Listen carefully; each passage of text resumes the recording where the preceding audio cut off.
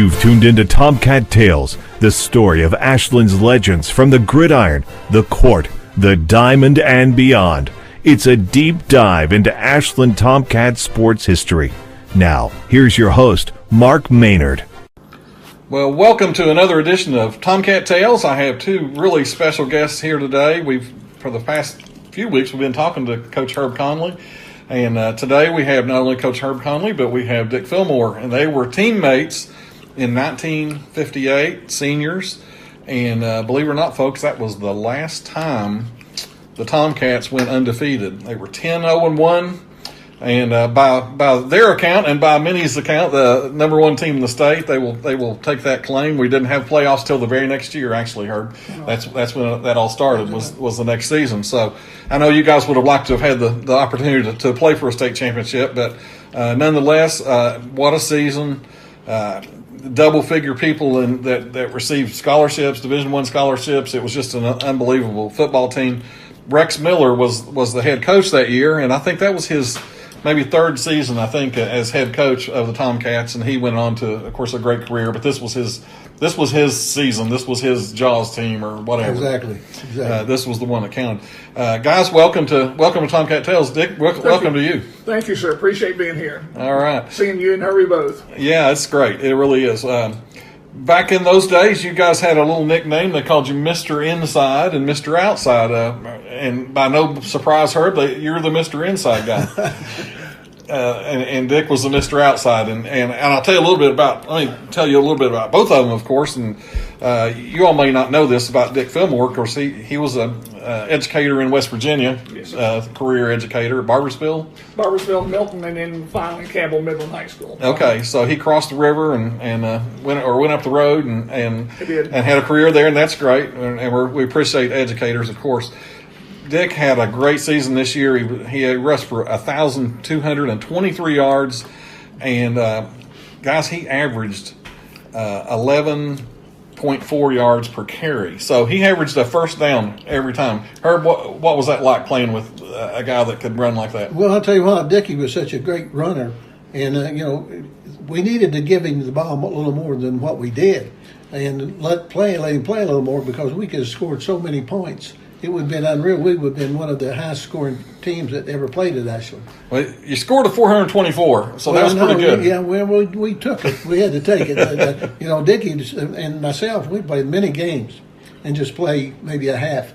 Yeah. And then if we played in the second half, we played maybe 2 plays or something, and they'd take us out, and we'd be sit over and watch a ball game. I know the one stat that's really amazing too, Dick, in your 20 touchdowns, you averaged 41.9, which, that tells me a couple of things. One, you were getting some unbelievable blocking. Correct. But two, you were awful fast. Can you talk about that and playing for this team? Well, like you said, Herbie was Mr. Inside, and I like to take it to the outside. And Herb believed there was a straight line between A and B, and me, I thought there was all kinds of lines between A and B, to be honest with you. But anyway, tremendous blockers. We had some mostly seniors that year, with a few juniors sprinkled in. And, of course, anytime I followed number 27 on the corners or around there, I felt very good about it. The runs we had, long runs we had, I guarantee you the blocking was the essential thing. Coach Anson taught us things such as spins, limber legs, things like that, how to maneuver around. And after a while, I'll tell you a little story on Herbie, what he told me about doing that one time. But it was a very good blocking group. And, of course, with Herbie and Joy Lehman, Kendall Bocart in that backfield, pretty safe. Yeah. What'd you all run offensively, Herb? We run from a straight tee. Okay. And we ran mostly we didn't option the ball, just turn either pitch to Dickie or hand it off to me. That was our offense. Mm-hmm. I don't think we even had a counter. I don't remember a counter. No, sir. I don't even heard. Straight ahead. Well, we had our linemen were good, like Dickie said. They were tough. They'd come off the ball. They'd make big holes for you. So if you couldn't run at all, you could walk through a lot of them and make some yardage. And that's how good they were.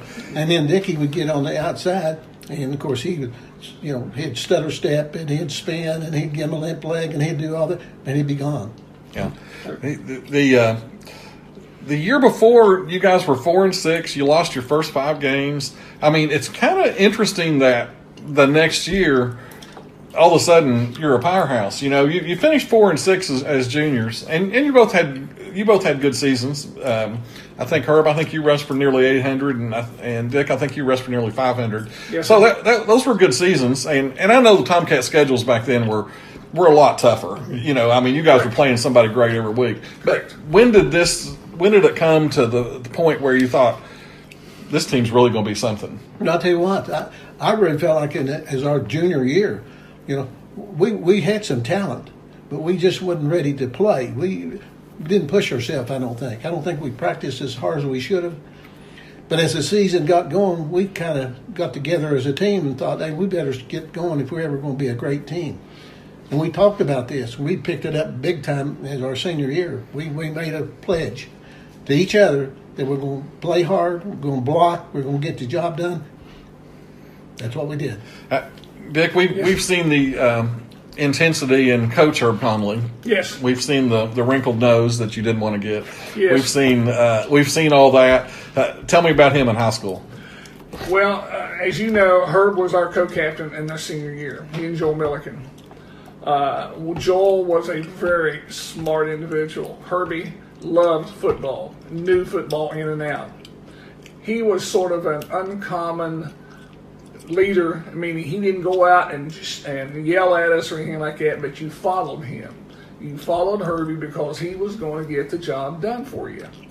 We believed in him. During close games, you wanted him to have the ball. You really did. Straight dives, off tackle, you wanted Herbie to have that ball. In the game against anybody, Ironton or anybody else we played, you felt secure because Herb was going to protect it, Herb was going to run it, and Herb was going to block. Now, that's not only in football. You know, Herbie and I grew up we were about 10 years old when we started knowing each other at Oakview Elementary School. And Herb was a leader in basketball, had a smooth jump shot, really did. And then we played baseball together, and then in high school, and also before high school. So Herb was a leader among all of us, and it was not something that he went out to do. It was just him. Mm-hmm. It was Herb Conley. So you probably weren't surprised he became a coach, even. No, and you know, ironically, our careers kind of corresponded to each other. Herbie stayed in Ashland. I crossed the river, as you said. I coached for 7 years, football, basketball, and baseball. Herbie coached his career. He tried administration and didn't like that too well. I know that. He told me, I don't like this stuff too well, Dick. He was principal at Putnam Middle School at that time. Right. Verity. Yeah, called Verity then. Verity, I'm sorry, George and Verity's Middle School. I, in turn, got the idea that I need to go into administration, and I did. So I got away from coaching and went into the administrative area. He didn't like it. I kind of did. But he turned out to be one super coach. He really did. You know what? He was a great administrator, too. He'd never tell you, but yes. he brought discipline to Verity Middle School that they didn't have, that they needed. Yes. They feared him, and I'm not talking about just the students. I'm talking about the teachers, too. You know, I've talked to several of them that taught with him, you know, taught under him, and yes. they were always afraid to bring something in there that was not going to make him happy. Because he would let them have it like he'd let his players have it. But I heard that. Yeah, I heard that. But and I can see, you know, the toughness, you know, as a football player, and that's just who Herb is and always has been. We're going to go through this season and this 10-0-1 season, and I'll let you guys kind of, you know, run back some memories. I'll throw you some things out there that you might not have remembered. One thing about this team, you didn't throw. Kendall Bocart threw 35 passes. He's your quarterback. Mm-hmm. He ran for pretty good yardage. He ran for almost 500 yards. Yes. He's a big old guy. I mean, he is big, now, strong. you know, so I'm sure he was a big and strong guy back then too. One interesting thing, though, he completed 14 passes. That was it. 10 of them for touchdowns. Yes, sir. How were defenses playing you guys? Were they, as they say now, jamming the box, you know, and putting everybody on the line? They get up and play the run, but then, you know, back then everybody played zone defense. Yes. You know, That's all. I don't ever remember anyone talking about man-to-man. I don't think there was any man-to-man. Bump and run. It was never. I never heard of that. Did you guys play both ways? Oh, yeah. Yes, both of us did. He was a linebacker and I was a safety. Okay, that's what I would have guessed. Right. Just Dickie based on your. And he didn't get a chance to get into many tackles, did you? Because No, our linemen, no. and I Most didn't of the either, because time, our linemen did a good job. We were a tough defense. So here's a question: was he better on defense or offense? Oh my! He was aggressive in either split. In either, I'll be honest with you. He didn't give a foot. He attacked. Yeah. We waited in the safety to make tackles. He didn't. He was going after you. So was he better at offense or defense? I'd have to do 50-50. He was good at both sides. He really was. And like you said, Herb, you had some great defensive linemen who were actually the offensive linemen too. People like Bobby Lee. Lee. One of the great Tomcats of all time, probably, right? Yeah, everybody, all of them. We were a good defensive football team.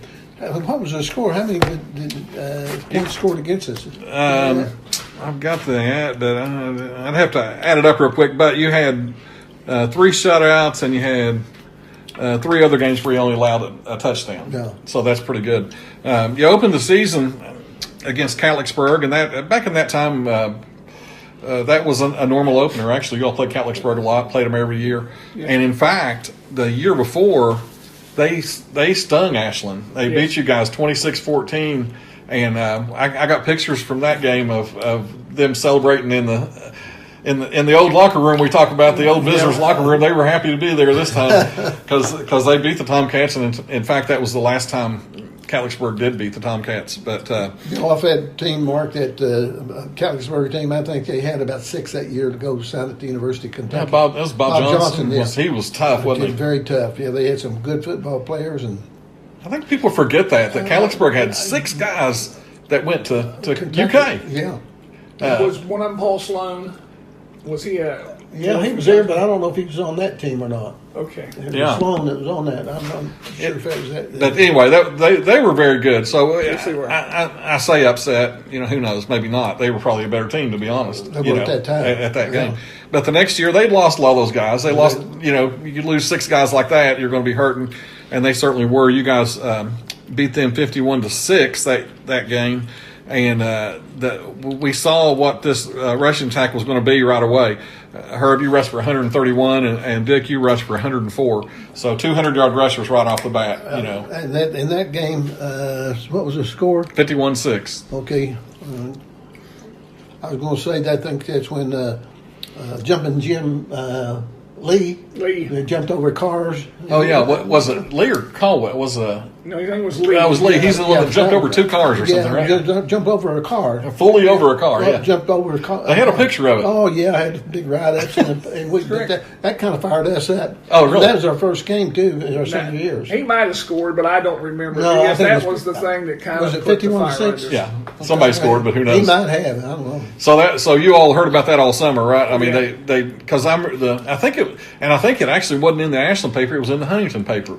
But they came down and did a story about this guy that jumped a car length. Yes. I mean, what kind of athlete jumps a car length? Well, he played at West Virginia. So he was.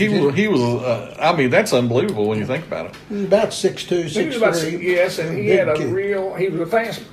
If he got open, he was a fast kid to catch. Yeah. But he didn't get open too much. So that's something coaches talked about, and all this, and kind of got you guys riled up a little bit.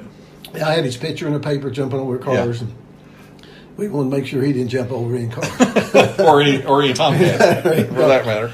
So 51-6, a great start to the season. You're 1-0. So okay, Stonewall Jackson is the next game, and it's at.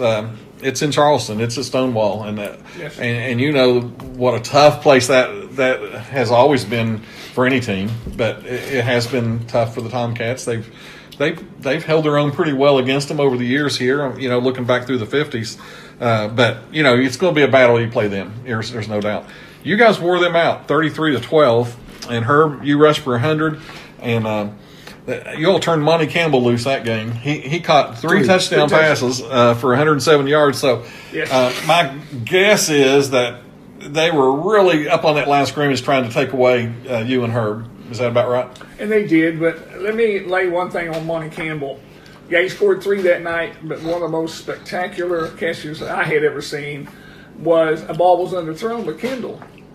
And Monty was already past the defensive halfback, and he stopped and comes back, reaches over the defender, over his head, oh my goodness, down, catches it, pulls it out of the guy's hands, and goes in for the touchdown. Are you kidding? So I never saw that happen like that, where the guy actually had it, but Monty came over his back and got it. Monty's a pretty big guy. Oh, yeah. Yeah. Monty about 6'3". Yeah. I mean, back then, that was a big guy. Yeah. For sure. He did a great job. Did a great job at that game. Interesting. He caught 3 touchdowns in that game.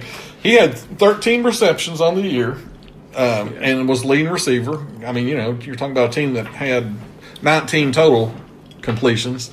So he had 13 of them. And 8 of those went for touchdowns. Yes. So get the ball to Monty, and it was going to be 6 probably. Yeah. Yes, Monty could run, had good speed. Yeah. So anyway, you all win that game, 33-12, and you're 2-0 now, and 2 pretty impressive victories. The next week, poor little Pikeville comes to Putnam Stadium, and it was bad news for Pikeville. And I look at Pikeville now. Pikeville might they beat Henry Clay the other day. They may beat anybody in the state now. Yeah, remember when I was coaching, Pikeville was strong. Yeah, because they had all that coal people coming in there. They got a lot of people down there, and they got coal money. They got some of the best facilities in the state. Exactly. They've really grown up. At this time, they were no match for Ashland. I mean, I'm sure you all had 4 times the number of students. I'm sure they're about a Catholicsburg size at that time team. Probably.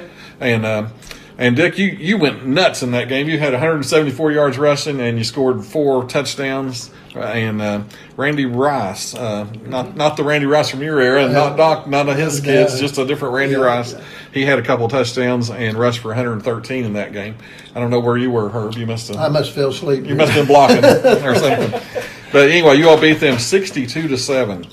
So now people are probably starting to wonder how good this Ashland team is. Were people in town excited about this team at that point? We started hearing some things. Back to that game again, I think Herbie mentioned before that Coach Miller didn't like to run up scores very much. You didn't get to run the ball that many times a lot. And in that game against Pikeville, I got to run it 5 times. Oh, my goodness. So I 4 touchdowns. 5 carries. And 4 of them were touchdowns. But then the second half, he set us out. The first team set out, so we didn't hardly. So you all might have scored 100 if he could have anyway. We could have, but Rex didn't like to have scores run up. Yeah, well, maybe that's why you didn't like that, Herb.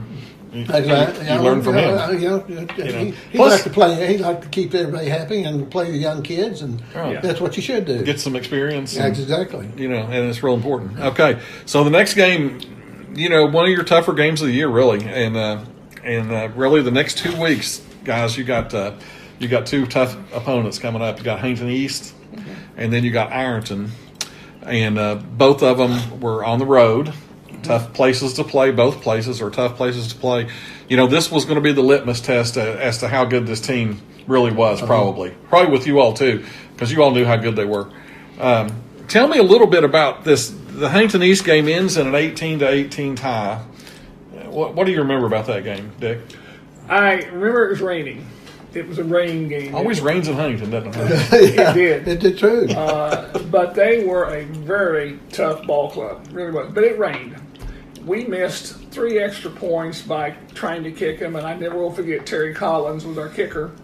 And Terry just left or right, just didn't get them off. But I was the holder. And I tried to tell him, I said, Terry, sometimes that's my fault, not yours, because the ball slipped.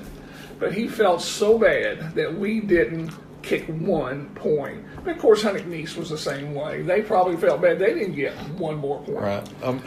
Where was the game played at? Up here. I mean, where it wasn't on. No. Wasn't on turf. It was on grass, right? Field. It wasn't on turf. It was on grass. Yeah. It was on so grass. It's sloppy and. I just remember it rained that night, and it was hard holding onto the ball sometimes. Yeah. They had a kid named Shorty Moss. That Shorty went to West Virginia and was a heck of a ball player. Came back and started coaching at East and was on the plane crash and went down in 1970. Wow. I got to know Shorty pretty well after we had played him.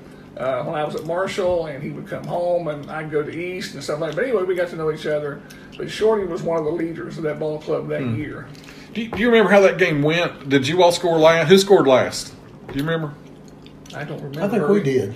Did we? I think so. I'm So not sure of that. I think so. I remember talking to Terry. Okay. In the past, Terry Collins? Sure. And you're right. He was blaming himself a lot that if he could have just kicked that one less extra point, you ought to won. Well, that it wasn't his fault, is it? No, it See, I don't think we were really mentally ready to play that game. I know it rained, all that, but we were getting a little cocky. I really thought, don't you, Dickie? Sure. We really thought we was good. You'd scored 51, 33, and 62 and really had no problem. We thought we was be pretty good. And instead of, and kids that age, you got to be told. Of course, Coach Miller stressed that too. But we kind of didn't listen to him, evidently. Well, Herbie saying that right there, I can still remember coming in at halftime, and whatever the score was, we were behind or it was tied or so. And Coach Miller really got on us because he was saying, and there goes that undefeated season you guys wanted. Oh, wow. And it really got to us. Yeah. I mean, to a lot of us, we didn't win it, but we didn't lose it. Let's pause and talk about Rex Miller a little bit because we really haven't talked that much about him yet. He was the coach. He was your all's high school coach, the 3 years you played. Yes. Tell me a little bit about him, Herb. What kind of coach he was and how you looked up to him. Well, I loved him. He was a kind of coach that would, he talked about you being a gentleman, but he wanted you to be tough and mean too. And he mentioned a lot of times about playing for pride. A lot talked about having pride in your team and the way you play. And that was a big factor, I think, that we started after that game. We started seeing a little brightness on ourselves. Hey, we need to get ourselves in gear and quit being so cocky. So him saying, "There goes your undefeated season." I mean, were people already talking that way, or were you guys thinking that way? Or well, we never openly probably said it, but we had come through 2 or 3 games pretty well. Yeah, and we'd come up against this East ball club that. Yeah, they were pretty tough. With the rain also, and we wasn't scoring. We were holding it, right. But it was just not going our way. And Coach Miller really got on us at halftime. And you hadn't been in a close game. Correct. And I think that, sometimes you need to go through those kind of things. Correct. And I guess, you look back on it and thank goodness you didn't lose. You did tie. So, and Herb, in that game, you rushed for 87, and Dick Fillmore had rushed for 70 in that game. So really, below your all's averages for sure, but still pretty good games. 87 and 70 usually win the game for you. Yeah. And 18 points, a lot of times with this defense would typically win the game. They were a good ball club. They're tough. And then they were the best team we had played at that point. By far. And they challenged us, and they were I'm sure more fired up and ready for the game than what we were because they were playing an undefeated team. I don't know what their record was. I agree. But we got a lot of ride-ups. Our ride-ups were getting big. And starting to believe that stuff. Dickie and I were getting a lot of press, and those things go to your head if you don't watch it. Yeah, and I'm sure you learned that lesson and took that with you into the coaching ranks. Exactly. Quit reading your press clippings, and you've had teams that did that, of course, too. Because kids are kids, and 14 to 18-year-olds are going to do that. The next week now you have you face Ironton. Gosh, what always a great game with them. They and that's kind of like the Tri-State Championship game always. I mean, it's like who's going to win this game? It's bragging rights. It's a rivalry. As intense as probably any Ashland has even today. They love to play each other. They love to beat each other. And I know Herb's teams that he coached, he beat Ironton every time he played them, which except one, right? That was in 71. Yeah, on the 71 team. That's a team I always felt like it could have won the state championship. Right, and that was a great Ironton team. Ironton's great football. So that game, it's a slugfest, kind of like the Hampton East game, and back and forth. You both, probably struggled a little bit, and both got some touchdowns and different things. And the score is 22 to 22 late in the game, and this is probably the one of the most famous runs in Ashland history, and I don't say that flippantly at all. because I don't know how much time was left. How much? A little over a minute, about 1:30, somewhere in that area. I didn't even think it was that much, Dickie. I thought it was about 1:15, Well, maybe less. Just a little over a minute. We didn't have much time. Of course, you're so fast you could got down there and scored for one more time. Because I'm scared. So it's headed for another tie, is what it looks like, because you're deep in Ironton territory. You're on the your own territory. I'm sorry. You're on the 14-yard line. Let's say even minute and change to play, and Rex Miller sends a play in, and from the account I got when I talked to one of you guys a long time ago, of course everybody thought he's going to throw it. He has to throw it, right? And all of a sudden he didn't. They brought the play in and said, we're running it, and even off tackle, I think, because it was. Yeah, so it was an off tackle. Anyway, to cut the suspense a little bit here, Dick Fillmore takes a handoff in that game, and he goes 86 yards down the sideline for a game-winning touchdown at Ironton. No flags. So that's really unusual. Isn't it? No flags. He hit that sideline. Were you on was it the home sideline you ran past? We were on the sideline next to the tank to the what do you call it? No, it was on Ironton side. Yeah, the big side. What? The big side. Yeah, the big covering. And so you're running. Yeah, and we were going. So you ran past their sideline. I guess east to west to east. Is west what to I east. used to Yeah. say. Anyway. Tell me about that play, Dick. Sure. Just a little bit set up on it. We had recovered a fumble by Ironton down there. And they had fumbled the ball. So they were going in for the win. They were, and we recovered the ball. Timeout was taken. Herbie and all of us were gathered in a huddle. Kendall Bocart went to the sideline. And I'm sure, even though I can't remember the words, I am sure that passes, what kind of passes, where it would all go to, all this came up. Kendall comes back in, and we get in the huddle, and he calls the play was called 26, which was an off-tackle play. It was Herbie leading, and it surprised me. It surprised me anyway, because I thought we were going to pass him. Anyway, the handoff came up. I came off tackle. Monty and Bobby Lee had done a tremendous job clearing it out. Herb was in front of me. Herb took his man out down the sideline, but I get maybe 2 or 3 times somebody just bumped me or hit me. Didn't quite catch me. The last man was taken out by Warner Keynes, and the film showed that the guy was just his hands was over top of my back, and Warner got him.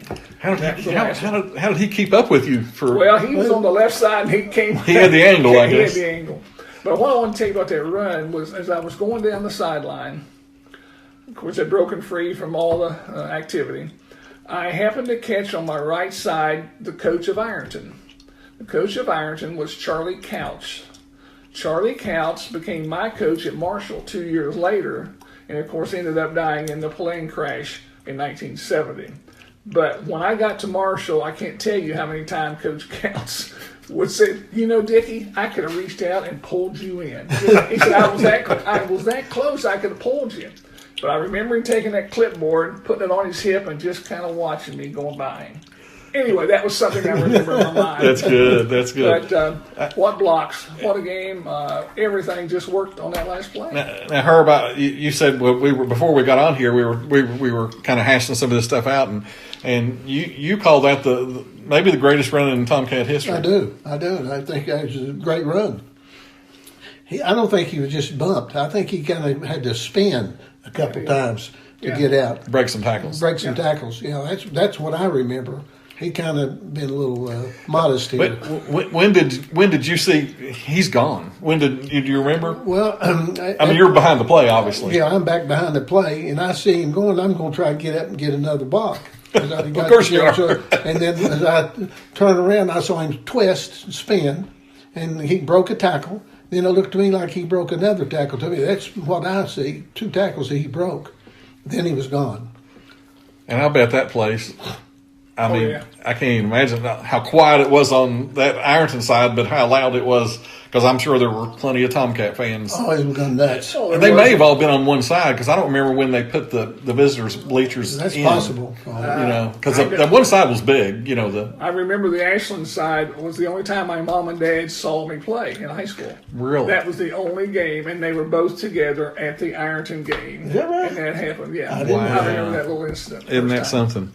Well, in that game, you scored 22 points of the 20. You scored all but one touchdown Yes, sir. in that game, and you rushed for 129 yards. Of course, 86 of them were Wasn't that- one play, so you were in for 43 the rest of the night.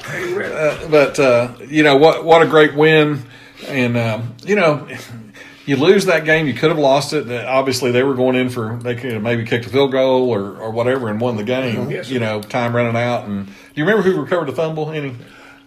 No, don't. I just remember that we covered the fumble. I want to say Bobby. No, I'm sure I'm not. I don't know if Bobby did or not did it. I have no idea. But somebody did, and you got the ball back, and obviously, like you said, you only had maybe 2-3 plays at the most, 3 plays at the most, and you're thinking, how are we going to make up 86 yards in 3 plays?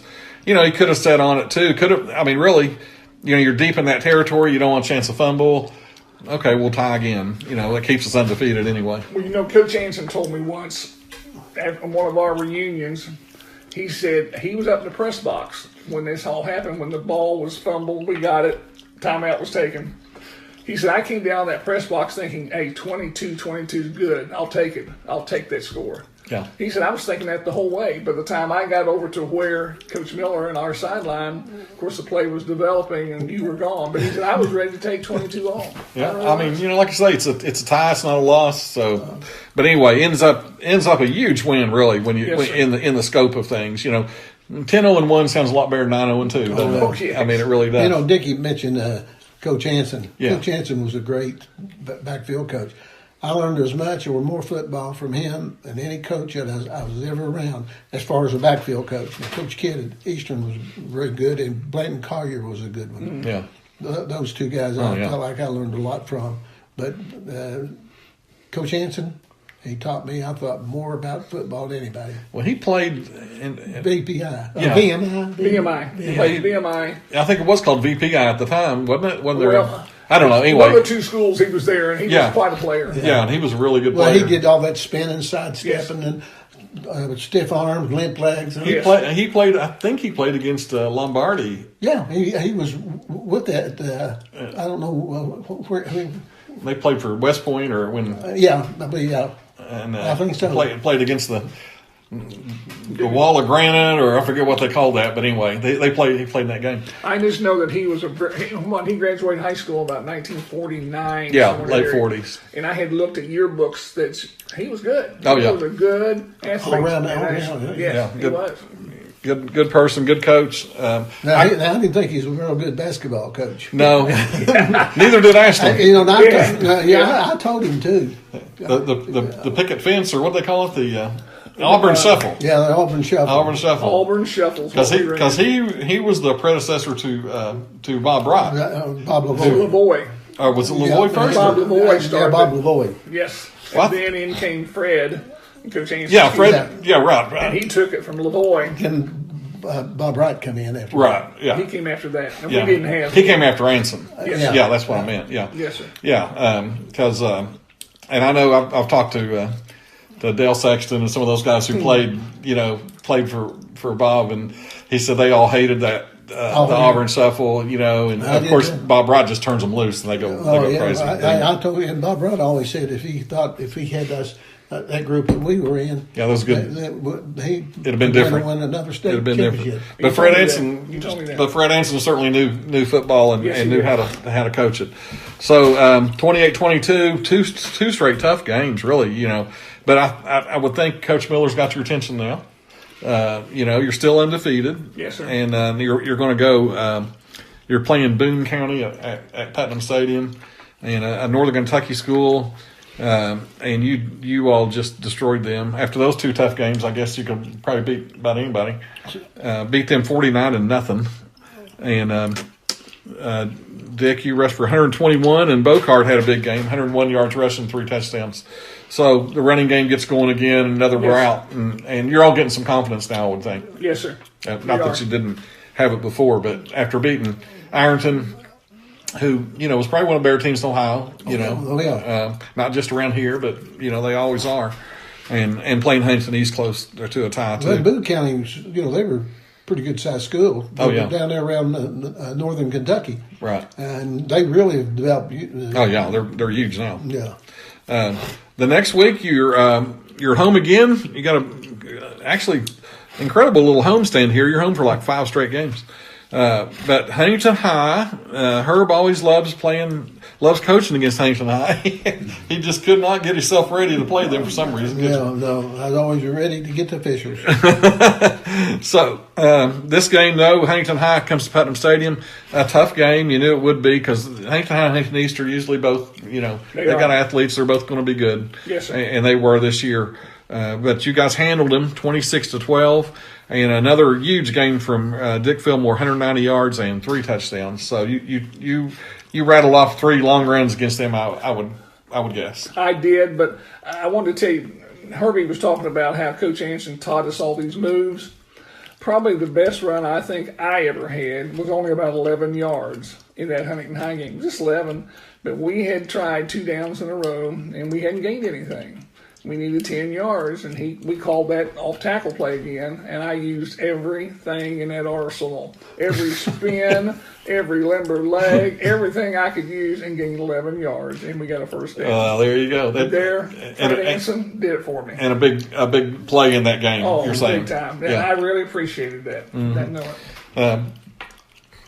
The limber leg, tell listeners what we're talking about there.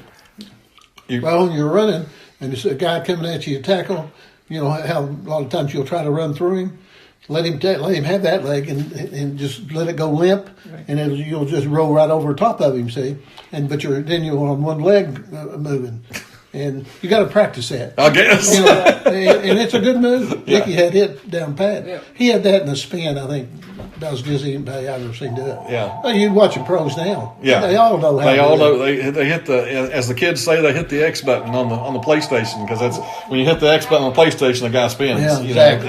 And that is how they teach it still. So it's a good technique. I'm glad to see him doing it now. I didn't see so much years ago, but I do see it in the pros. I see it in college now. Oh, yeah. The only guy I saw back then, Dickie, when we were playing, is we did it, you did it. Yes, sir. But Jim Brown.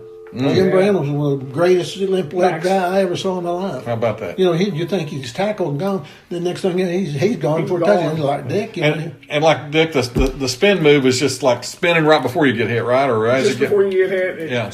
I say stutter step. It's not you fake one way and you roll the other. Yeah. And just rolling. Yeah. And in that 11-yard run, I think IED's the first time I'd ever used 2 spins in a row where I had to go right, then I had to go left. It's just something in my mind that I still remember. I'd love to have a video of that. That would be good. So, but anyway, in a hard-fought game, you guys win 26-12. And the next week, it's another home game, another great Putnam Stadium game. Lexington Lafayette comes to town. And, like I say, I look at the schedule. Stonewall Jackson and Huntington East and Ironton and Boone County, Huntington High, and now a Lexington team coming in. Pretty tough. That's a tough schedule. It really is.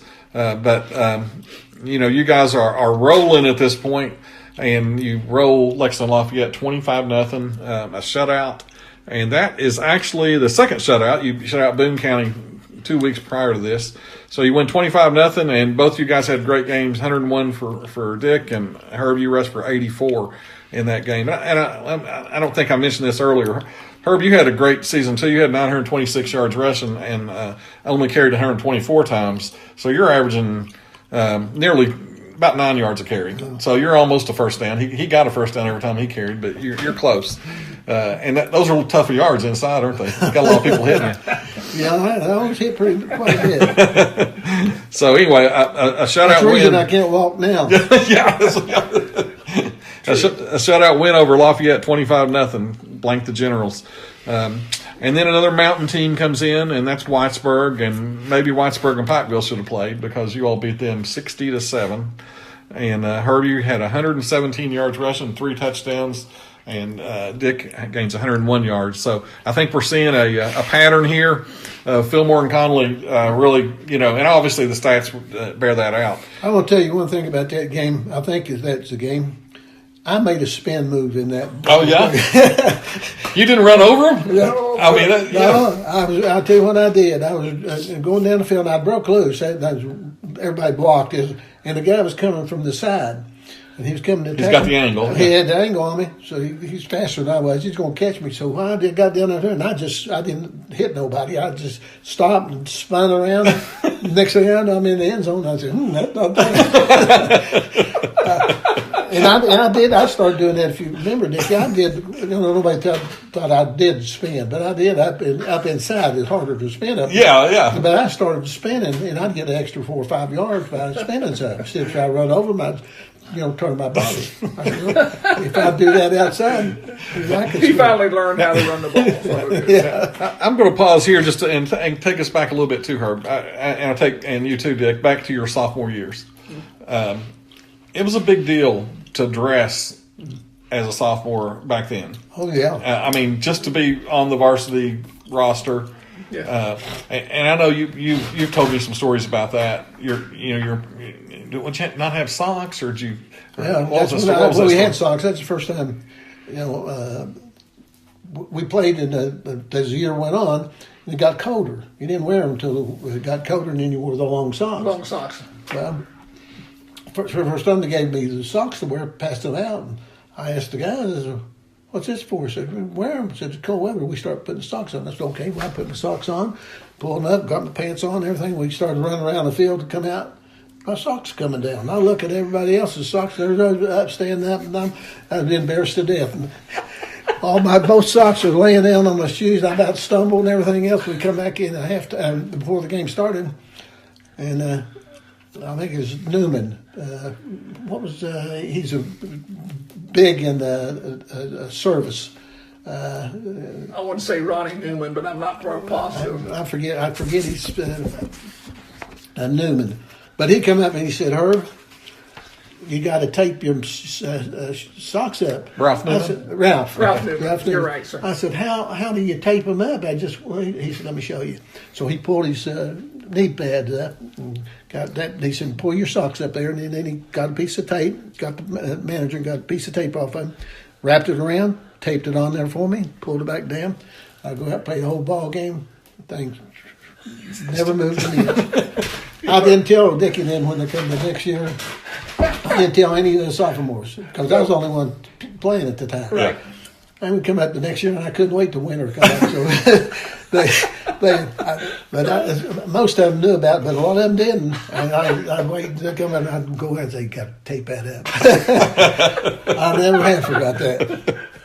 Okay, I wanted to get that story in because I remember him telling me.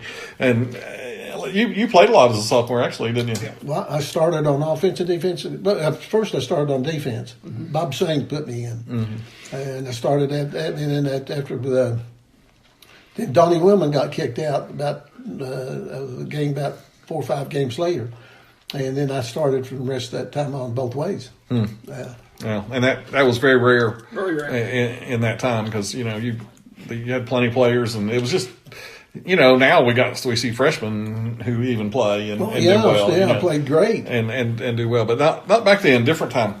So 60-7 over poor Whitesburg, and the next game is another home game, and it's going to be your last game at Putnam Stadium actually, and it's Point Pleasant, West Virginia.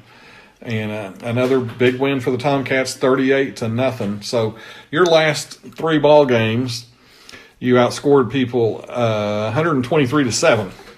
And Herb rushed for 103, scored 2 touchdowns. Dick, you rushed for 89 in that game. And you win 38-0 over Point Pleasant. And good win. In that game, Point Pleasant came down to see us. And if they had beat us, they were in the playoffs in West Virginia. Is that right? They came in that tough and that hard-nosed. They were going to beat Ashland and be in the playoffs in West Virginia. We beat them, what'd you say, 38-0? Yeah, 38-0, not even close. Then I was talking to a few of the players after the game. We were just on the field. I said, "Well, sorry you couldn't sorry you couldn't make the playoffs in West Virginia and all that kind of stuff. And I really meant it. I wasn't being sarcastic. Wouldn't be the smart aleck. And he said, I never will forget this one player making a comment to him. He said, well, you all are the best ball club we faced all year. Wow. And I don't know who they'd faced, but they Probably were good going to people. playoffs. Yeah. Wow. Interesting. That's Point Pleasant. That's interesting. I don't know where Rex came up with that schedule, but man, it wasn't. It was. I mean, people come from everywhere. So, tell me about the Rec Bowl and how that came about. That wasn't scheduled, right? I mean, you had to. They tried to pit like two of the best teams from the East at least every year. I'll tell you what I heard. I don't know if this is true or not, but they said that Louisville Flagier was undefeated. Okay. And they wanted to play us, and Coach Miller didn't want to play. Oh, really? That's I don't know if that's true or not, but that was a word. But how we got in with Richmond, Madison, they down that area. That's where at Montgomery County is where that the game started. And so they selected us to come down and play Richmond Madison. Yeah. Richmond model in Madison County there. Yeah. That was the university's school. Actually, I think their training school. Yeah. It was a training school for the university. But anyway, a legit high school, and they were supposed to be pretty good. Yeah, they were. Jerry Woolham was the quarterback. Yeah, Jerry Woolham. Yeah, very good quarterback. At Kentucky.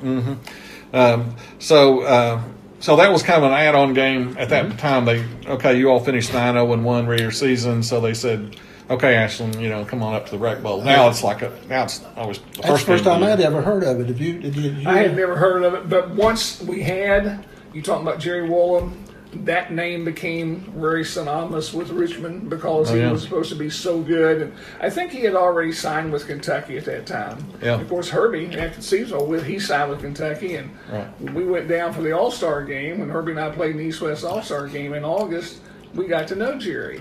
And Jerry, pretty good guy. Yeah, he's a good guy. And Herbie and he went to Kentucky together and became very good friends while he was down there. Interesting. So Richmond model, really, it was another no contest game in Mount Sterling. You guys win 34-13. Kendall Bocard rushed for 107, and Joey Lehman had 88 yards and scored 3 touchdowns. I know he did. He rushed you all. He was the right half back then. By that time, he had been put into right half on the other side of Herbie. Well, Joey had played. He'd already been started at the end. Yeah. He didn't like the end. He come to me. He said, "I know I can beat out." No, he's a guard. I tell you, he was a guard. He said, "I know I can beat out so and so at the end position." I said, "Well, if you think you can beat him out, tell coach, and you go on one and see if you can win." He did. He became the starter. Then he came up and said he could beat the other halfback who was playing that. Was it Rice at that point? Or? Randy. Randy. Randy Rice. He come in and said, I can beat Randy Rice out at the halfback. I said, we'll go tell Coach Miller again. You've done it before. He goes tell Coach Miller that he gets to get started up. And then he started. I think that might be the first game he started, wasn't it? Well, it was one of the first few when he started. But and right halfback, they had shut me down. Madison just shut me down on my side over. Well, I opened up for her or for Joy. Joy was wide open. Oh yeah, Joy went down. He didn't even have to dodge or nothing, did he? Didn't have to worry about the limp leg there, did he? And Herbie had a great game too, though. Great game. And Joey, he rushed for 459 yards on the season. Oh, yeah. And so it was a pretty good season, 7 touchdowns. So he had a good season for sure. Joey was tough. That's why I knew wherever position. I said, don't go come after my job. Yeah, he's going to take over after everybody's job. Yeah. So that finishes a 10-0-1 season. Was there talk then? Undefeated and all that. Did you all? The last undefeated team before this was 1942. So it'd been a long time. I don't think after we won it, and I ever heard a thing about it. I don't think I did either, Herb. No parades, no nothing. No, it's such a big thing for us. And then after the season, I never heard anything. It's basketball season, right? It was basketball. But that's why usually back then, you went from one to the other. Yeah, that's correct. And so you didn't have enough time to think about it, or celebrate, or yeah. It was you'd end on a Saturday or a Friday, and you start on Monday, yeah. And you started practice at that instant. Right. It's probably grown bigger since that time, and simply because nobody else has done it. Yes, sir. Since then, Oh, yeah. no other Tomcat team has done it. And we've had two that were really, really, really close. 14-1 with Herb's Jaws team in 1975, and then 1990. That team lost to Greenup and probably shouldn't have. Yeah. That could have easily been an undefeated Exactly. season. Exactly. And I think at least your all's lost. They were better. They were just had more people. But two, it's just talk about how tough it is to go undefeated anytime. And maybe tougher now, just because there's more pressure on it. Well, you can play an awful lot more players now. If you can get a high school and or college, your substitution rule is very flexible, very open. Right. When Herbie and I were going through starting college, I remember when I was at Marshall playing, you could only send one player in for a substitute each down except for the fourth down, which you could do 3 at that time. But anyway, substitution rule made it easier to get more players involved, special teams, offensive. And you can put in as many as you want to. I think now with as many of those situations are existing, it's just harder than heck to be an undefeated situation anymore. Yeah, it is. We had a basketball team here last year that went 33-0. Didn't get to play in the state tournament or anything, I think it's even tougher in basketball. You play more games for one, and just the nature of basketball. I agree. And the facts bear it out. The last undefeated basketball team at Ashland was 1928. So it had been almost 100 years between undefeated teams. In basketball, they play more games, they're more susceptible to get. Right? Yeah, you're gonna stub your toe somewhere. And if anything, you'll stub your toe against Huntington East a little. As Herb, as you were saying, maybe weren't as ready as you needed to be. Should have been. But also, as you know, as a coach, there's always going to be those games. Oh yeah. And sometimes you're lucky and you win anyway. Yep. And sometimes you're not so lucky. No. But and I don't care who it is. I don't care what team you're going to. There's. It's a long season. You're going to have a letdown. You're going to have overconfidence. You're going to have. You always have to have some kind of break to win a championship. That's true. And any level. Yeah. Yeah, you got to have a little luck on your side. You all didn't need a whole lot of luck though. We had Mr. Inside, Mr. Outside, so we didn't have to worry too much about it. That was something that come big. We never thought of anything like that, did we? Honestly, we didn't until it got. I'll tell you what caught my eye: newspaper article, the 4 aces. Yeah. Whoever put that in there, and I never even thought about that stuff. You ever heard that? They had a picture of us of the backfield. Yeah. That was me, you, and Kendall and Joey Lehman called us the 4 aces. Is that right? Correct. That's so. And who put the Inside Outside name on you? Was it newspaper there too? It may have been out Olive Hill. John McGill. John McGill. Yeah, John McGill. Yeah, he was. I'd say so. He was kind of a Barnum and Bailey kind of guy. John McGill. He may have been the one. He gave us big write-ups. Yeah, John McGill. A lot of people asked him. I liked him. I thought he did always a great job. He made Dickie and I what we were, as far as like you made me. You got to have somebody pick you up and make you a little better than what you are. Yeah, keep your name out there. Yeah, you and John McGill, I have to play for that. Well, let's talk about some of these linemen. We've said the linemen, and we've talked about Bobby Lee a little bit. Who were some of the others that were? Well, Big Warner. Big Warner. Yeah, we talked about him a little bit. Said that maybe had us to get an undefeated season on the big block he made for Dickey. Mm-hmm. Yes. And we had Steve McGee at the center position and did a great job. Went to Kentucky, signed at Kentucky. And then our left guard was Joel Milligan. Right. Joel was captain, co-captain of the team, smart, tough, quick guy. He went to Oberlin. Another tackle was Warner King, Bobby Lee. Bobby Lee. And both ends one was Monty Campbell, and then was Denny Skeens. Denny Skeens. So y'all run double tight end all the time, I guess. Yeah. Just everything's tight. We never split nobody out. Not a flanker. We just lined up and come at you. Yeah, that's your kind of football, isn't it? Yeah, and then the other thing about when you had a guy like Dickey, see, all you had to do is get him to the corner. And he's gone. Yeah. Well, he's going to get 60, 70 yards to score. Yeah. Yeah. Yeah. A lot of long runs. I'm sure that was just an exciting team to cover. Your speed and his power, and Bocard was pretty strong runner Oh too. yeah, he was real strong. And Joey was a good runner. Joey was a good runner. And Randy Rice wasn't bad. Randy was a good runner. Mark, also a couple of boys we lost in our 3 years, and were probably, if we had them, and I'm going to mention their names to you because I don't know where they would have played. But David McGuire was the boy we lost at the end of our junior year, went to Florida. First team All-State football, basketball. First team. Wow. He went and in 1 year did that. The other one was Jerry Nobles. Nobles was our starting center as a sophomore and moved to Hattiesburg, Mississippi. You had those two boys back. I don't know where Denny and Monty, or I don't know how it would all work. Yeah. We lost those two guys, though. And they were really good ones. Well, we picked up one boy. He played go up there in Marshall with you, didn't he? Larry King. Larry King was a kicker. Big. There's one Larry King on there. How big was he? He was an all kickoff man. 195. 195. I don't think I've mentioned this since we've done this. I talked to you all before.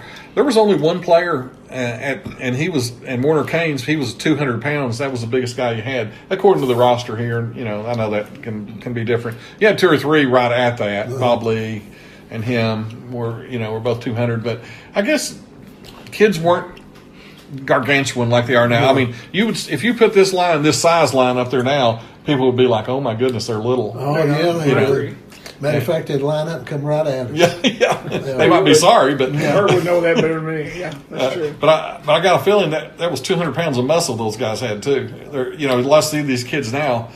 There's some big kids, but they're not 260 pounds of muscle. Well, but think about now, Mark. Our team, we didn't lift weights back then. Yeah. I lift weights. Right. I started about sophomore year. I'd slip down the line. Coach Miller told me one time he was going to put me at a lineman if I keep bulking up. Yeah, kept getting bigger. And I thought, well, don't want to do that. Don't want to go to the line.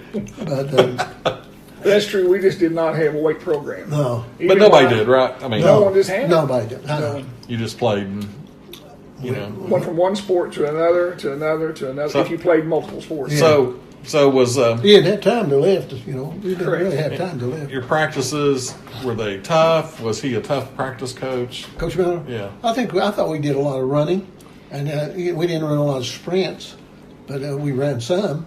But we run plays. Scrimmage a little bit. Scrimmage a little bit, not much. We didn't That's scrimmage. good. I didn't think it was out of abnormal or anything, No. to be honest with you, that way. Hey, we didn't scrimmage like when I was coaching. We scrimmage every Tuesday. We scrimmage every Wednesday. Yeah. Not real long. I wanted to get hitting in every week, and then go used about to 15, 20 minutes hard as we could. Get used to being hit. Get used to getting hit. Don't get so sore. Play on Friday night, and they'd be sore. And I would be when I played, be sore. I've seen different coaches have the philosophy of they don't hit through the week. Yes. And because they're trying to protect from injuries or whatever. I think Ivan did that a lot. He just worked on Ivan McGlone. He worked on technique. He worked on Russell. Yeah, he worked on all the plays, and they ran about 6 plays and they ran them perfect. Yeah. I mean, because they put a lot of time in with that. So a lot of coaches had different philosophies. He was very successful at Russell. Oh yeah, 2 state championships, and I remember him very well. He's from West Virginia. Yeah, He was from West he's Virginia. a Wayne boy. Yes. Vinson. I think he went to Vinson. He went to Huntington Vincent. Yeah. From Huntington Vincent, I'm sorry. Yeah. But yes, he was very well known up in that area too. Yeah. He's a great guy. He actually, his first game as a head coach at Russell was against this guy. 1976, really?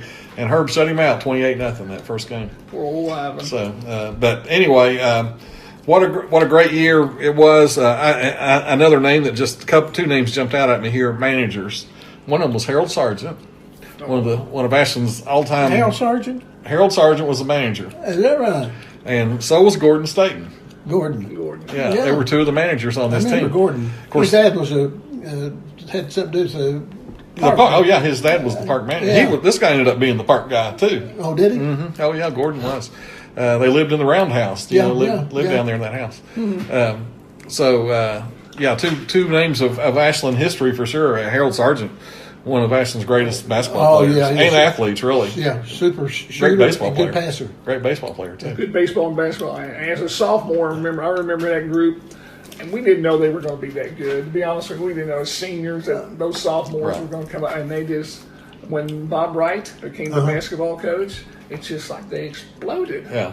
And of course, the seniors, they just ripped off almost everybody. Oh yeah, yeah, and really, even as juniors, that was a great team. They won the You're region. correct. You know, so When I was playing as a freshman in Kentucky, after football season, I came home one weekend and they was doing something down in the gym. Coach Wright was down there, and we bumped in and he said, "Hey, how you doing?" I'm fine.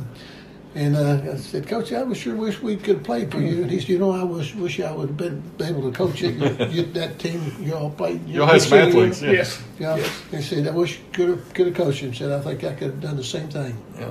Well, I can't let you all go without talking a little bit about baseball. Of course, you're both members of the CP1 Hall of Fame in baseball, and Yes, sir. I know you're both probably better known for your football exploits, I would think. In Ashland, I'm talking about, and Mr. Inside, Mr. Out, that from this season, really, from the '58 season, and Herb, of course, from his coaching career, and it's more football. I think people think more football. With him especially, maybe not as much you, but with him for sure. Sure. But he was a pretty good baseball player too. And, Yes, sir. Let's talk a little baseball. Well, Herbie played third base and pitched. And we started playing baseball together young. Over to Oakview. Yeah, we had just be three of us playing. And we'd play. You hit the ball. You had to run to first. You had to run to first. Yeah, and if you hit a certain part of Oakview building, you get a double or a home run. And we had to fix that. And we'd go over and play baseball all the time. And we didn't throw hard, but because you had no catcher. Yeah. With kind of zeroed in there. Yeah. Let you so you could hit the ball. Right. But you ought to have seen Herbie hit a ping pong ball. Oh, really? Now, we used to play ping pong baseball. I had brought this up a few times. Over at his house in the street, over at my house in the street. We'd mark it and we'd play. He would be Cincinnati, I'd be maybe the Yankees, or vice versa, and we'd bat left and right. We had a bat about the size of the ones they give in Cincinnati. Yeah. We'd tape it so it wouldn't crack the ball. Oh, yeah. Well, anyway, throwing a ping pong ball, that's only very, very little. Yeah. But you could take that ping pong ball. They could do anything, right? You could do anything. You could curve it, hook it, you could drop it. Yeah. And I'd be a son of a gun. I couldn't beat him. I'd throw curves and drops and fastball. But we would play this ping pong baseball for hours. Hours in our streets. Think that's what that did for you when you saw a big baseball, though. Yeah, I know, but we did do that. I tell you what, we did. I don't think we made many errors. Do you? I mean, we may have, but I can't remember many of them. Well, as a sophomore, we were very. You played blessed. short, right? I did. Yeah. So you all were the left side of the Yes, sir. of the infield. He was the third baseman. I was shortstop. Larry Castle was a pitcher. And then we would rotate. Yeah, Larry, if he wasn't pitching, he'd play first. That's correct. I'm sorry. That is correct. Yeah. Good ball club. A lot of good members. David Patton was among Yeah. the guys we had. Rom Hurst, Gerald Roberts, Jimmy Murphy, Oh, yeah. Jackie Yeah. Pope. And of course, you mentioned Patton and Castle. They're both CP1 Hall of Famers Correct. as well. So 4 guys. And Gary Wright. And Gary Gary, Wright. yeah. So five guys from that group, were. Oh, I enjoyed that baseball. Well, we had H.F. Dixon was with us. H.F. See, Oh yeah, he was on there Yeah. too. Oh wow, that whole group is well represented. Yes, sir. But how far did y'all go in the? Did you win the region or? A junior, and as a junior, we won the region and went to Kentucky. Went down to Kentucky and played Owensboro. Who won it? And Owensboro beat us 7-5 or 7-4. But they something. won it that year, didn't The one time we went to the state. That's the one time we went to the state. Yeah. Now, Well, the next year, ironically, we played Louisa in the first game of the district. And Louisa had a little left-hander, just left-handed. All he did was throw it in there, but he had blood on the ball. He got his fingernail, and he had blood on the ball, and they let the ball to be thrown. And we couldn't hit that ball to save our life that day. They beat us 1-0. oh wow. Is that the game that I made the bad choice? No, that was different. No, that's not the same one. No. Oh, You and David Patton. He wanted me to Yeah. throw a fastball. We were been winning the game. Yeah. I think that game was 1-0, wasn't it? It might have been. Yeah. But I remember that. And if we had won that game, we'd went to the state. Correct. And so I shook him off because that's all I ever threw was a fastball. I never threw a curveball the whole time I pitched. So I shook him off. He goes, and he gave it again on it. So he called timeout. He come out and he said, "What do you mean?" you hadn't thrown a curveball or anything. That's all you got if you got one. I said, I'm throwing a curveball. He said, no, I'm checking. I don't know whatever happened, but he got in. I tried to throw a curveball and hit the batter. The batter. Bases loaded, they win. Oh, my goodness. So, yeah, and he never threw a curveball. He threw straight fastballs. Yeah. So I threw. That was your last curveball. It was the first one and the last one. And you all played basketball as well, right? We did. Started in junior high school, elementary, Yeah. 5th grade. Yeah. And won some championships in the 5th and 6th. And We were national, not the regional champions. regional champs, and in the junior high school at Putnam, we won that championship. Yeah. And played as sophomores. Herbie and Larry Castle and I were very blessed to be on the varsity team. Okay, Yeah. we got selected by Coach Lavoie. Right. So we were on the varsity, but we really didn't play a lot. Yeah. That was a senior ball club that year. Yeah, that was a pretty good team. Was that Howard? Very Yeah, good team. yeah. Howard Humphreys Yeah. was a senior that year. Howard was a senior. I did start one game. Did you? You remember Okay. when Now, Coach, that's Rick Sain's dad, Bob. Coach Sain, Lavoie was sick. Took us to Clark County. Okay. You remember go down there? I remember going to Clark County. I start. I think I See, scored. Herb got into a lot of startings. Yeah, he did. He did, didn't Versus he? the rest of us. I started, but I wouldn't have been for Bob Sain. Now, one of the stories I've heard about Bob Lavoie, of course, he was like 6'8" Oh, or 9 or something. Correct. Yeah. And they said the game, I don't know if you were on the team then or not, probably were when you played Car Creek. And when you've got little guard, George Carroll. Oh, George? No, that was the year before us. Okay, Yeah, year before you guys. yeah. Well, anyway, in that game, of course, Carroll scores 56 or yeah. something. 52. 52. Got 52. And of course, everything he shot was a swish. Yes. It was at the Armory. And the net would how the net would spin, and it would get caught up on the rim. Well, of course, he shoots, swish, swish. When the net would get caught, Lavoie would get up and reach up and fix the net, and then as the teams were running back down the floor. So I tell you what else happened. You're talking about the AIT. It was held at the Armory. yeah, If you remember the night where you would, but the night the Globetrotters, right? Globetrotters. Yeah, were there. it was just regular season. And all the Globetrotters stayed and watched some of that game. They were going to go home, but they stayed there and watched him play. Every time he'd make a basket, they would clap and they were going. They'd give him high fives and everything. I don't even know if they was in business at that time. High fives. Well, they were. They actually went and talked to him after the game. They said they wanted to talk to the Golden Arm. Yeah, They clapping for him, yelling. I mean, it was unreal. That's fine. I was there. You were at that game. Yeah. Well, I'll tell you another thing that they say happened that game, and I think it was Larry Castle that told me this. So, Larry, I'm sure you're listening because I know you're a regular listener. But that Rupp came to that game to look at George Carroll and Bobby Shepard. Bobby Shepard played for Car Creek. Okay. And he came and with Harry Lancaster. Well, they got to the game late, but the place was packed because, of course, the Globetrotters were going to be, playing too. And there was like no room. And they had to bring them to mid-court and say, could you squeeze in a little bit so we could get Coach Rupp and Coach Lancaster a seat so they can watch these boys play? But Bobby Shepard was from Kingdom Come, Kentucky. Yeah. A shepherd from Kingdom Come. How about that? All right. That's who they took. And they ended up Rupp ended up taking Shepard, and I think George ended up at Pikeville, right? Yeah. Pikeville College, and did well down there. Well, let me tell you a little thing about Herbie and Coach. When we were sophomores, and we were on a Christmas trip. Bob Lavoie took us down to Western Kentucky. We were going to play Bowling Green, and I think the other school was Caverna or something like that. Yeah. But anyway, Herbie, Larry Castle, and I, as sophomores, were with them. So down we go, and we're staying at a motel. And we had played one game. This was the next night. We were staying about 3 days, I think, so it was. But on the second night, Herbie and I roomed together. I don't know where Larry did or not, but Herbie and I roomed together. In comes the varsity basketball players. Humphreys, all the guys. Donnie Wellman, Robert Wright, all of them. Well, they decided that to initiate us, they're going to throw us in a swimming pool, which had about 3 foot of water, drained, but only 3 foot. Herb says, no, you're not. Herb says, you're not throwing me in. Well, Donnie Wellman and Robert Wright start after Herbie, and Herbie gets up on the back of the bed, and of course he's fending them off, but we're raising a racket. To be honest, we are raising a racket. Well, yeah. In walks Coach Lavoie, and he is upset. All the varsity players are there. Herbie and I are up on the bed. Larry's sitting down there looking like this, and finally he says, you're off the team. And he kicked us off. He kicked Herbie, Larry, and I off the team. We were inciting the problem.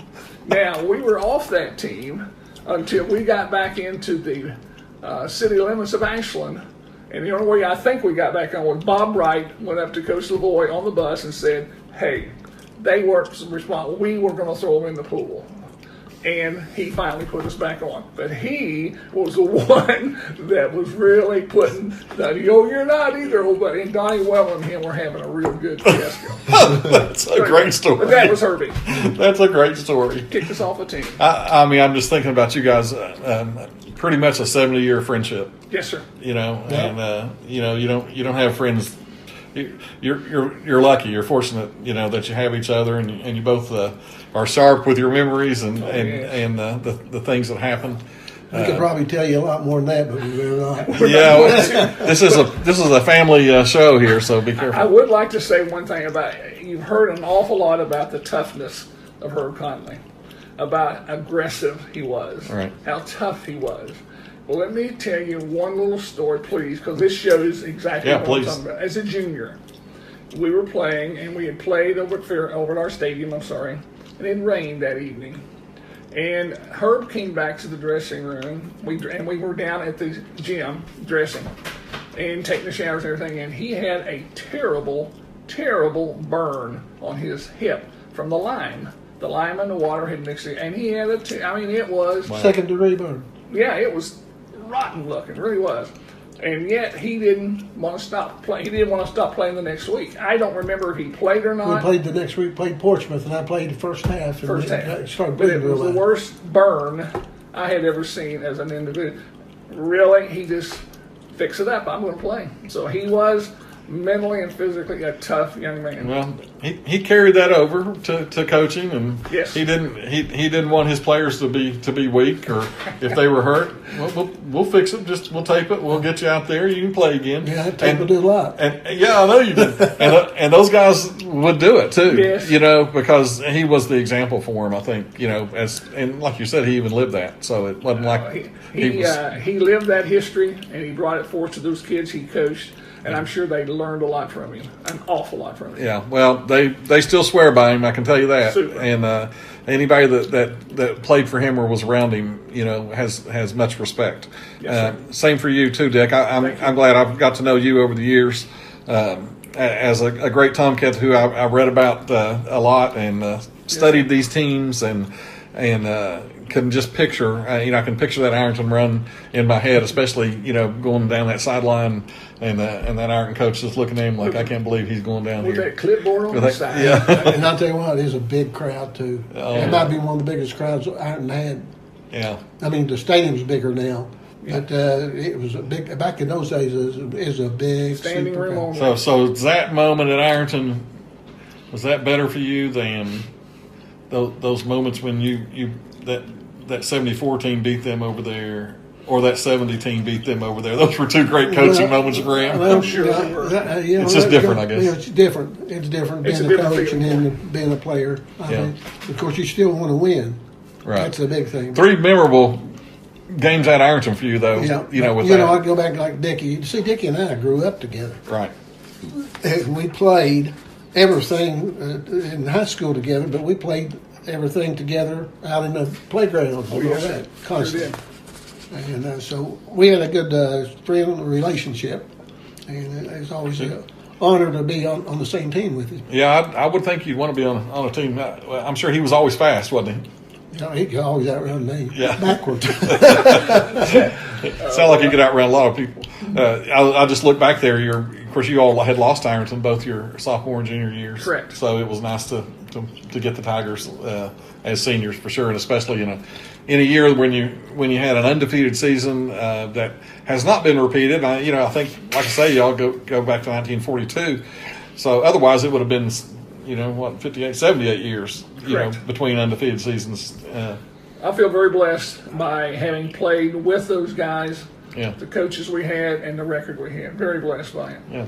Now you went on to play baseball in college, right? Baseball and football in college. Oh, and football too. Yes, at Marshall. Okay. I played both of them.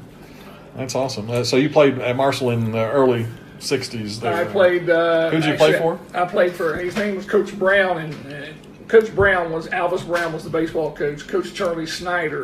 was the football coach. Charlie Snyder was the coach. He recruited me at Kentucky. Okay, he was the football coach. Matter of fact, I almost played with you. You did. I tried to get him really at Marshall when I was there, and we even brought him up. Coach Snyder wanted him very, very badly, really badly.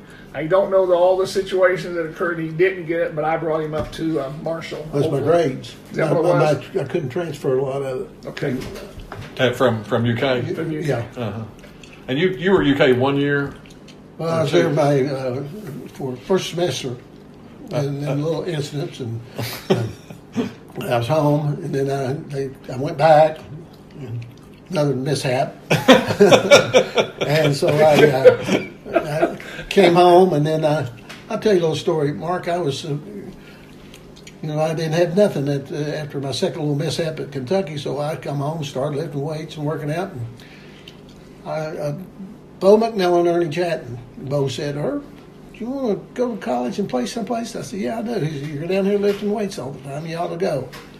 He said, "I can get you in Western." He said, "I'll call today and let you know." He called down his ship. They'll give you a scholarship. You come down tomorrow. To Western. To Western. I said, okay. So I told Mom and Dad going to Western to sign a scholarship. So I get in my car, and drive down to Eastern and pick Joey up. Well, I go down and pick Joey up, and there's a restaurant down there. I forget the name of it. It's I don't know, but we must go over there and stop to eat. Glenn Presnell's the head coach at Eastern, and he's sitting in there, and he said, "Hey, Harold, what are you doing down this part of the country?" I said, "I'm going to Western to sign a scholarship." He said, "Let me tell you something. I'll drive all the way down there when I'll give you one right now." Is that right? Yeah. He said, I said, "You want me now?" He said, "Yep." He says, "We'll go and sign it right now." So I said, "Let's go." I went over and signed a scholarship. Yeah. Oh, my goodness. That's how I ended up at Eastern. So that's how that happened? Yeah. Wow. I said, "It'll save me a long trip, ride down." Yeah, shorter trip to Richmond than Bowling Green. Joy said, "What about me? I was expecting a good trip down to Western." Herbie and I almost coached together. Almost came back together again one year. He was coaching for Jake Hallam. Yeah.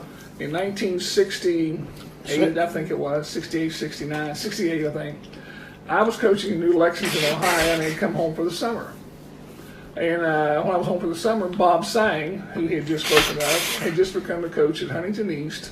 And before I had seen these guys, he had asked me if I would like to coach at Huntington East, football, basketball, and baseball. Sure. So I sent my letter in to the school at New Lex. I wouldn't be back and everything. Well, anyway, I was working on a program for the Cabell County Board of Education in a schoolyard. And one day I'm in there, and I look up, and here comes Herbie and Jake. Now, I didn't know Jake very well, but of course Herbie right off the bat. And they come to see me, and we're talking, and I said, "What are you guys doing up here?" Well, they had called Mother, my mom, got where I was, and they found where I was on this playground. And Herb and Jake came to the playground and asked me would I come to Ashland as an assistant coach with Herb at that time. And Jake was the head coach, of course. And I said, "Guys, I've just signed with Huntington East High School, Bob Sang and all these guys. I don't feel that's right for me to do that." Well, he was going to put me, I can't remember, offensive or defensive, maybe defensive backfield coach or something.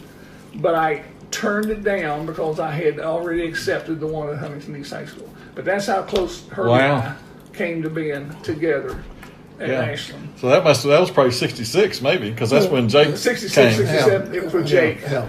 And in 67, of course, he coached that year too. Jake was there too, and then Herb took over in 68. Jake, his last year was 67, and he wasn't there a whole year after football season. Right. He had offered to come out to be assistant coach at Moorhead. Okay. And then they asked me, was I going? He told them they ought to hire me Yes, sir. for the head coach. But then Jake, I believe Jake, then he became the head coach. The head coach. And What was the head coach out there? What did he? at Moorhead? Yeah, he was quit for some reason. Yeah, he quit. He quit in the spring. Yeah, he quit in the spring. So, and Jake was already down there, remember that. and he became the head coach. He was the head coach. Oh, he was? Okay. Yeah, He tried to get Herb to come down there. yeah, I do. Herbie Gentleman. And then he wanted me to come down there with him. I said, Coach, I'd like to see what I can do here at Ashland. I really. Okay. Well, that's how close he and I almost came to That's together. That's so good. Well, of course, we set a record because you guys are nothing but all about records. We have our longest podcast, an hour and 20 minutes, and it was great. I tell you what, I know people are going to enjoy it. I hope they stick around for the whole show because these stories are just too good. I truly appreciate your all's time, and Herb, we've had a great time doing this for the last 10 weeks, I guess, or so, that we've been able to do this and relive a lot of memories, haven't we? Yes, sir. Yes, sir. When you do, who you doing next week? Or next, Howard probably is when you next. go through doing his, is he coming or are you just doing it over No, the I'm phone? going to do it over the phone. Okay. Yeah, I know. If he'd come in, I would certainly do it with him there. But anyway, thanks for sharing with us, and we hope you've enjoyed this Tomcat Tales podcast, and hope you join us again next time. Thank you. Thank you so much, sir.